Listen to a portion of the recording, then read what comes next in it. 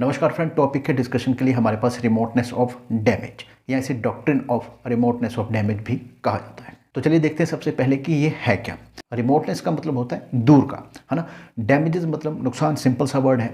अब इसमें जो डिटरमाइन किया जाता है कि एक आदमी जब कोई रॉन्गफुल एक्ट कमिट करता है तो उसकी लाइबिलिटी कहाँ तक होनी चाहिए। स्कॉट वर्सेस शेपर्ड नाम का एक केस लॉ है दोस्तों, जिससे कि हम इसको आसानी से समझ सकेंगे। इसमें क्या होता है दोस्तों कि एक व्यक्ति जो है एक पटाखा या आतिशबाजी जो है वो क्राउड में फेंक देता है।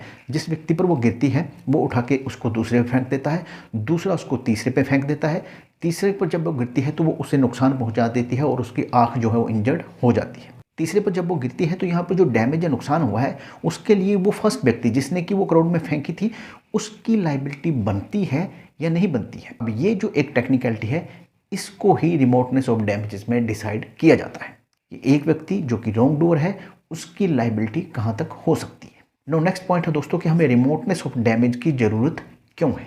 तो यहाँ पर इसकी ज़रूरत इसलिए है क्योंकि जो भी आप रॉन्गफुल एक्ट या ओमिशन करते हैं जिसकी वजह से दूसरे का नुकसान होता है उसमें जो आपकी लाइबिलिटी है वो फिक्स होनी चाहिए। ये कोर्ट के लिए, प्लेंटिफ के लिए, डिफेंडेंट के लिए, सभी के लिए अच्छा रहेगा। अदरवाइज क्या होगा, अगर आप लाइबिलिटी को फिक्स नहीं करेंगे तो वो एंडलेस हो जाएगी या इन्फिनिट हो जाएगी, जो कि कानून या जो लॉ है उसका काम नहीं है। उसका काम है सर्टेन होना, लाइबिलिटीज़ को फिक्स करना, एक निश्चित तरीके से काम करना ताकि वो सबकी कन्वीनियंस के लिए हो। और साथ में इसका एक और कारण भी है कि जब भी हम कोई एक्ट करते हैं, चाहे वो रॉन्गफुल हो, चाहे नॉर्मल हो, चाहे ओमिशन हो, उसके कुछ कंसिक्वेंसेस हमारे दिमाग में होते हैं। जैसे कि अगर मैं फास्ट ड्राइविंग करता हूँ तो कहीं ना कहीं मेरे दिमाग में ये बात भी होती है कि भाई इससे मेरा एक्सीडेंट हो सकता है या मेरी वजह से किसी और को भी चोट पहुंच सकती है। तो ये एक संभवतः मेरे दिमाग में चीज़ होती है जो कि मेरे एक्ट को, जो कि मैं गलत भी हो सकता हूं, तो उसके कंसिक्वेंसेस या रिजल्ट जो है उसको डिटरमाइन करती है मेरे दिमाग में। कुल मिलाकर हम ये कहें कि कहीं ना कहीं आपको एक लाइन जरूर खींचनी पड़ेगी। इसके अंदर एक और केस लॉ देखते हैं, हेन्स वर्सेस हार्वुड का, जिसमें कि क्या होता है कि डिफेंडेंट का जो सर्वेंट होता है वो अपनी एक हॉर्स वैन को सड़क के किनारे अनअटेंडेड छोड़ देता है। इतने में क्या होता है कि एक बच्चा आता है, वो उस हॉर्स या घोड़े पर पत्थर मारता है। इतना करने से घोड़ा दौड़ना शुरू हो जाता है। एक पुलिस कांस्टेबल जो वहाँ नज़दीक खड़ा होता है उसने ये देखा कि घोड़ा दौड़ रहा है, जिससे कि वहाँ के जो लोग होते हैं उस गली के अंदर उनको नुकसान हो सकता है। वो उसको पकड़ने की कोशिश करता है जिसमें कि उसको इंजरी लग जाती है और वो सूट फाइल कर देता है डिफेंडेंट्स के खिलाफ कि भाई मुझे डैमेज दीजिए। तो इस पर जो डिफेंडेंट है वो नोबस एक्टस इंटरवीन्स जो है एक लैटिन टर्म है, उसको एज ए डिफेंस यूज करता है। वो कहता है कि भाई ये तो अपने आप में एक नया एक्ट है या नया कॉज है जो कि उस घोड़े के दौड़ने का कारण बना, जिससे कि प्लेंटिफ को इंजरी हुई। जो हॉर्स वैन थी वो तो खड़ी थी, ये तो बच्चा आया जिसने कि पत्थर फेंका जिससे कि वो दौड़ी और जिससे कि गली के लोगों को नुकसान भी हो सकता था और जिसको रोकने के लिए ही जो प्लेंटिफ था उसको इंजरी हुई। यानी कि दूसरे शब्दों में कि भाई ये जो डैमेज हुआ है ये बड़ा रिमोट है। पर कोर्ट ने इस बात को इनकार कर दिया और कहा कि भाई आपको प्लेंटिफ को डैमेजेस देने पड़ेंगे। क्यों? क्योंकि जब आपने वो वैन छोड़ दी अनअटेंडेड रोड पर या गली में, तो आपको ये पता होना चाहिए कि ये जो है ये मूवमेंट में भी आ सकती है, कोई बच्चा शरारत कर सकता है या किसी और तरह की भी कोई दुर्घटना हो सकती है। तो ये आपकी फोर्सिबिलिटी में होनी चाहिए, यानी कि आपको इतना पता होना चाहिए कि इससे दुर्घटना हो सकती है। नेक्स्ट लिए दोस्तों देखते हैं रिमोटनेस ऑफ डैमेज जो है, इसके लिए दो टेस्ट भी बनाए गए हैं, जिसमें से पहला टेस्ट है द टेस्ट ऑफ रीजनेबल फोर्सिबिलिटी और दूसरा टेस्ट है द टेस्ट ऑफ डायरेक्टनेस। तो पहले हम देखते हैं टेस्ट ऑफ रीजनेबल फोर्सिबिलिटी। इस टेस्ट को पहली बार अप्लाई किया गया था रिव्यू वर्सेस ह्यूविट और ग्रीनलैंड वर्सेस चैपलिन के केसेस में। और इस टेस्ट का सिंपली ये कहना था कि अगर मैं कोई रॉन्ग कमिट करता हूँ तो मैं उसी चीज़ के लिए लायबल होऊंगा जो मैं रॉन्ग कमिट करते सोच सकता हूँ कि भाई ऐसा भी हो सकता है, और वो कॉन्सिक्वेंसेस या वो रिजल्ट जिनके बारे में मैं रॉन्ग कमिट करते सोच भी नहीं सकता कि ऐसा हो सकता है, मेरी लायबिलिटी उस सिचुएशन में नहीं होगी। इस टेस्ट के अंदर दोस्तों आपको एक लैटिन मैक्सिम जो है उसकी भी झलक देखने को मिल जाएगी, जिसको कि इन जेरे नॉन रिमोटा कॉजा सेट प्रॉक्सिमा स्पेक्टेटो कहा जाता है, जिसका कि मतलब होता है कि कानून में जो नज़दीक के रिजल्ट या कॉजेज होते हैं उनको देखा जाता है, दूर के नहीं। ठीक उसी तरह से यहाँ भी वही बात है कि भाई जो आप देख सकते हैं फोर्सिनेबल है उसके लिए आप रिस्पॉन्सिबल हैं, जो आप देख नहीं सकते या फोर्सिनेबल नहीं है आपके लिए उसके लिए आप रिस्पॉन्सिबिलिटी आपकी नहीं है। नेक्स्ट जो टेस्ट है हमारे पास वो है टेस्ट ऑफ डायरेक्टनेस, जिसको कि फर्स्ट टाइम अप्लाई किया गया था Smith versus London south west railway corporation में। इस टेस्ट का कहना था कि भाई एक व्यक्ति जब कोई एक्ट करता है तो वो उस एक्ट के लिए उसके कंसिक्वेंसेस के लिए लायबल होता है, चाहे वो उसको फोर्सिंग कर सकता है, यानी कि उसको मेज़र कर सकता है कि भाई मैं ये एक्ट कर रहा हूँ तो इससे ये रिजल्ट हो सकते हैं, चाहे वो उनको फोर्सिंग ना कर सकता हो। यानी कि आपने एक्ट किया और आपको लगा कि इसके ये नतीजे हो सकते हैं, पर नतीजे उससे आगे 2-3 गुना हो गए, तो आप उनके लिए भी रिस्पॉन्सिबल होंगे। पर इसकी एक कंडीशन थी कि क्या जो एक्ट था वो रॉन्गफुल था या नहीं था, यानी कि डिफेंडेंट या रॉन्ग डूअर जो है उसको करते वक्त ऐसा लग रहा था कि इससे नुकसान हो सकता है।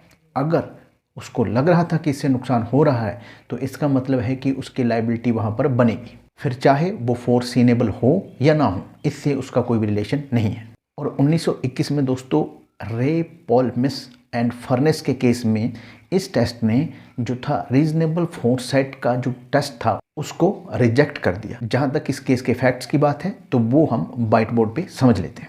यहाँ पर दोस्तों जो डिफेंडेंट होता है वो प्लेंटिफ का एक शिप होता है, उसको किराए पे लेता है,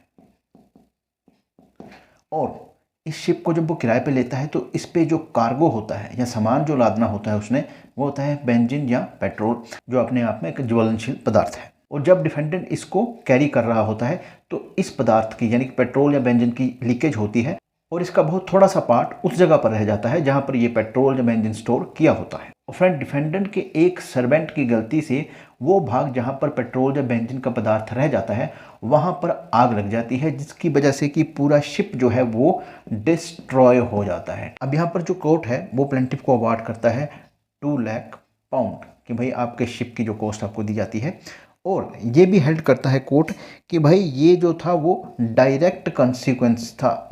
हालांकि देखा जाए तो यहाँ पर जो चांसेस हैं कि भाई यहाँ पर वो उसने कार्गो लादा पेट्रोल या बेंजीन का, फिर उसका रिमेन बच गया, फिर उसके रिमेन में किसी तरह से कोई ऐसी हरकत हुई कि वहाँ पर स्पार्क की वजह से वहाँ आग लग गई, देखने को तो ये रिमोट लगता है, पर कोर्ट जो था उसने रिजेक्ट किया और उसने कहा कि ये डायरेक्ट कॉन्सिक्वेंसेज है जिसकी वजह से कि नुकसान जो है प्लेंटिफ को हुआ है। और साथ ही साथ कोर्ट ने ये भी कहा चाहे ये अनफोर्सीनेबल है, यानी कि कुछ ऐसा है जिसको कि आप देख नहीं सकते, पर फिर भी क्योंकि ये आपके डायरेक्ट कॉन्सिक्वेंसेस में आता है इसलिए डैमेज जो है वो प्लेंटिफ को दिए जाएंगे। तो यहाँ पर जो आप कह सकते हैं कि टेस्ट ऑफ डायरेक्टनेस जो था उसको फुली अप्रूव किया कोर्ट ऑफ लॉ ने। नो आगे दोस्तों एक फर्दर और ट्विस्ट है जो कि है वैगन माउंट का जो केस था उसके कारण, जो कि 1961 में आया, और इसमें जो टेस्ट ऑफ डायरेक्टनेस था उसको रिजेक्ट कर दिया गया। और ये कहा प्रीवी काउंसिल की जुडिशियल कमेटी ने कि भाई ये जो टेस्ट है ना रीजनेबल फोरसाइट का, ये बेटर है, टेस्ट ऑफ डायरेक्टनेस जो है उसको हम रिजेक्ट करते हैं। जहाँ तक बात है फैक्ट्स की, तो फैक्ट्स जो है इस केस के उनको हम व्हाइट बोर्ड पे समझ लेते हैं। तो इस केस में दोस्तों जो पहली बात तो यह है कि ये घटना जो है, ये इंसिडेंट है, वो ऑस्ट्रेलिया के सिडनी का है। यहाँ पर जो आपका एपेलेंट डिफेंडेंट है वो एक वैगन माउंट नाम का एक वेसल जो है उसको भाड़े पे या किराए पे लेता है, और ये वेसल जो है वो सिडनी पोर्ट पे क्या कर रहा होता है, ऑयल फिलिंग कर रहा होता है। और जहाँ पर ये ऑयल फिलिंग हो रही होती है उससे 600 फीट की दूरी पर जो प्लेंटिफ रिस्पोंडेंट है यहाँ पर, उसका एक वाफ होता है, या जिसे आप हिंदी में घाट भी कह सकते हैं, जहाँ पर किश्तियाँ शिप वगैरह लगाए जाते हैं।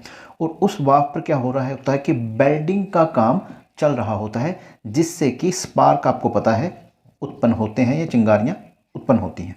अब दूसरी तरफ क्या होता है कि जो एपिलेंट या डिफेंडेंट है उसका जो सर्वेंट होता है वो गलती से जब ये ऑयल फिलिंग चल रही होती है सिडनी एयरपोर्ट पर तो लीकेज कर बैठता है, जिसकी वजह से कि बहुत सा ऑयल जो है वो वाटर के ऊपर तैरना शुरू कर देता है। ठीक है जी, जो पानी होता है उस पर तैरना शुरू कर देता है और वो बहता बहता पहुंच जाता है इसके यानी कि प्लेंटिफ रिस्पोंडेंट के वाफ तक। अब यहाँ पर दोस्तों जो ऑयल स्पिलेज हुई है या लीकेज जो हुई है उसके 60 घंटे के बाद क्या होता है कि इस वेल्डिंग वर्क की वजह से जो चल रहा होता है कि एक कॉटन का वेस्ट या कॉटन का कोई मटेरियल होता है जो कि पानी पे तैर रहा होता है, उस पे जो है वो आग लग जाती है इस वेल्डिंग वर्क की वजह से।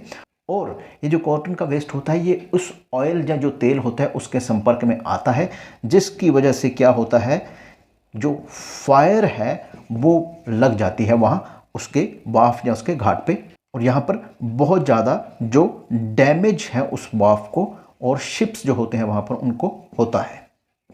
और यहाँ पर जो आपका ट्रायल कोर्ट और सुप्रीम कोर्ट जो हैं न्यू साउथ वेल्स यानी कि सिडनी के या ऑस्ट्रेलिया के, वो जो हैं वो डिफेंडेंट को लायबल ठहरा देते हैं। वो कहते हैं कि डिफेंडेंट जो है वो रिस्पॉन्सिबल है, इसको डैमेजेस जो है वो प्लेंटिफ को देने पड़ेंगे।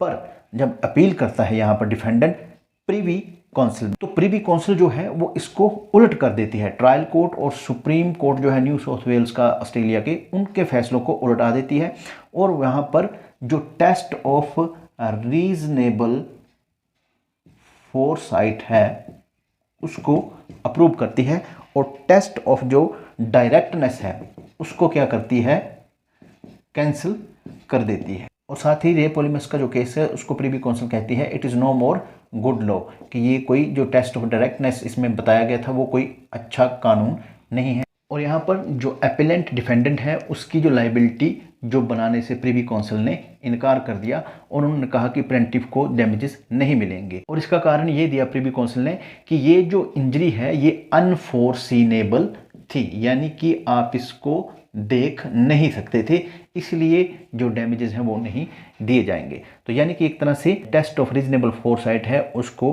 प्रिवी काउंसिल ने रिवाइव कर दिया। हालांकि ये जो है इंग्लैंड में एज इट इज़ कोई लीगल कंपल्शन के साथ लागू नहीं किया जा सकता डिसीजन, क्योंकि जो प्रिवी काउंसिल के डिसीजन होते हैं वो इंग्लैंड के कोर्ट पर नहीं लागू होते हैं, पर इसकी एक परसुएसिव वैल्यू रहती है। तो लास्ट में हम ये कह सकते हैं कि प्रिवी काउंसिल की जो वर्डिंग है वो इंग्लैंड के जुडिशियल सिस्टम पर एप्लीकेबल नहीं होती है, पर इसकी एक परसुएसिव वैल्यू है जिसको कि इंग्लैंड की जुडिशरी ने एक्सेप्ट भी किया है। और इंग्लैंड की जुडिशरी ने प्रिवी काउंसिल की इस जजमेंट को बहुत से केसेस में जो अप्लाई भी किया है। तो यानी कि एक सहमति जो इम्प्लाइडली है इंग्लैंड की जुडिशरी ने प्रिवी काउंसिल की जजमेंट के साथ दिखाई है।